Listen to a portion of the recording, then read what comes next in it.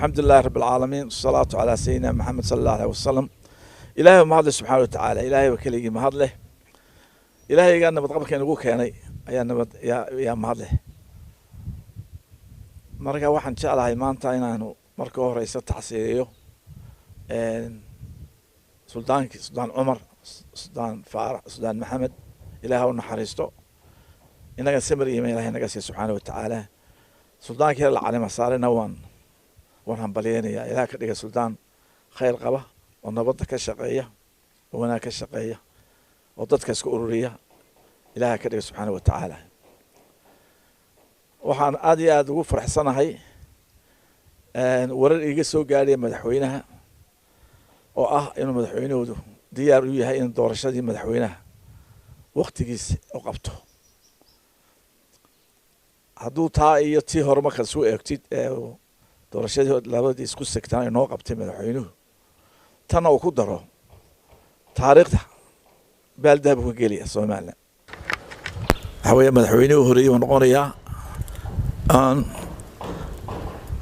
aan codsan kordhis bila sharciya aad iyo aad baan ugu hambaleynayaa arrintaas waxaa kaloo jeclay madaxweynaha inaan xasuusiyo inaynu degdeg isku nimaadno ka tashano arrintii guurtida waxay u baahan tahay talo weyn inaan ka gaadho guurta haddaad ogtihiin markii la sameeyey madaweyn lagu sameeyey waxay ahayd musdambeed bahed oo ah hoggaanka SNM bahed 19 baa markaa boorme laga bedelo laga dhigay aqal guurti laga dhigay intii ka dambeysana sharci hagaagsan ma lahayn waa kuwa day isdhaxdhaxlay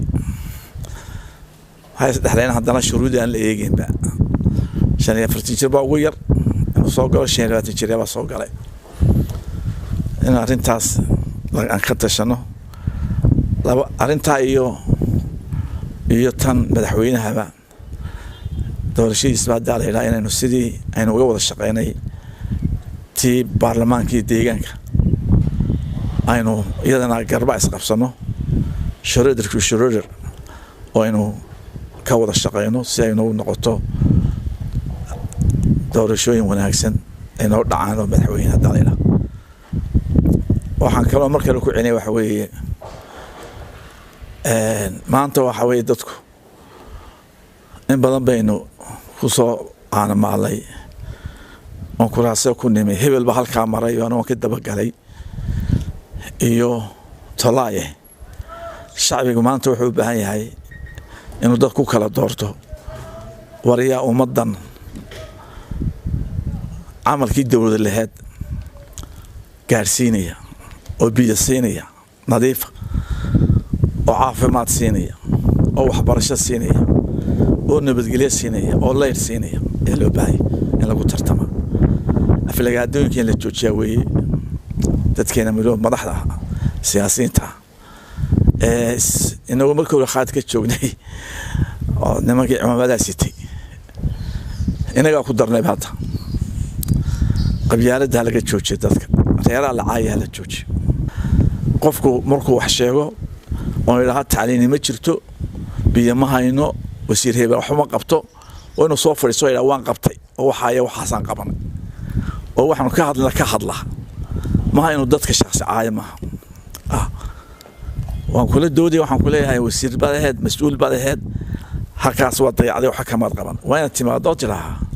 waan ka qabtay oo intaas iskuul baan dhisay oo intaas macallin lacag siiyay saasa dee lagu tartama laakiin waxay noqotay aflagaado la joojaan leenahay ummadan hal ururiyaan leenahay aad waxaan sheegay oo hambalyeynaya ninkii wasiirkii amniga cusbaa Cabdilaahi Nuur ee xamar oo sheegay juudiga geliyay farmaajo iyo kooxdiisu in Soomaaliland wax yeelo laakiin waxa ka xun kuwa inaga soo jeeday la shaqeynay xeer in la soo saaran doono insha Allah toban yala fadhiyaan marka xilbaanadii xeer dadka halkaa tagay ee magaceena ku shaqaysanaya ee xumaanteena hortooda lagu sameynayo xeerkii ciqaabeed hala soo saaro taadii kale waxa weeye waxa la gabadh aamusaanta lagu meheriyay teen la ogolaalayna moodiya sheekh shariif mashalayta wuxuu lahaa amaanadu hadlayay ilaahay ma hadii way buu lahaa haday xildhibaanadii dad mataliyay buu yiri Somaliland ay heshiiyeen managana matalaan أنا مثلا حالك وحوي هدانا روحي أنا ده أكشن كينين وحلقوا أورانيا وي مثلا مركا أريما أصلا واحد إن شاء الله ينام برلمان كسكوتو بنادو إن شاء الله تعالى أريما بدن بينو يادا شرعي يقولوا كينو يالا ما هذا شرع دول ملهين نما مش دونو حسك حرنا يا Soomaaliya wada hadaladeedii baa inoo yaala iska joojinaa inoo yaala distorka in review gareeyo inoo taala arrimaha muhiimka ah nationalka waxa loo baahan yahay in meel iska fadhino maahay waa in reform sameeyna waxa halku kaga tagay cigaal hal bulkeeti kuma inu dareen ilaahu naxariistay halkamati marka waxa soo dhawayd suuqiya xildhibaanada aad iyo aad baan u sharaf leedihiin guddiga la sameeyana waan hambalyeynaya insha Allah guddoomiyahana iyo ku-xigeenadiisa waan hambalyeynaya si fiican baad u wadaan hadana gadaal ka leexan anoo diyaar baan in la shaqeeyo insha Allah taala taariikhda markaa cidna amaanaya oo isku hogaabinaya dalku inaguna sugaya ya colka waraf ma lagu day وردلك عود ما لقود تاين تهدالي إن شاء الله تعالى ساسا نقول إن شاء الله تعالى السلام عليكم ورحمة الله وبركاته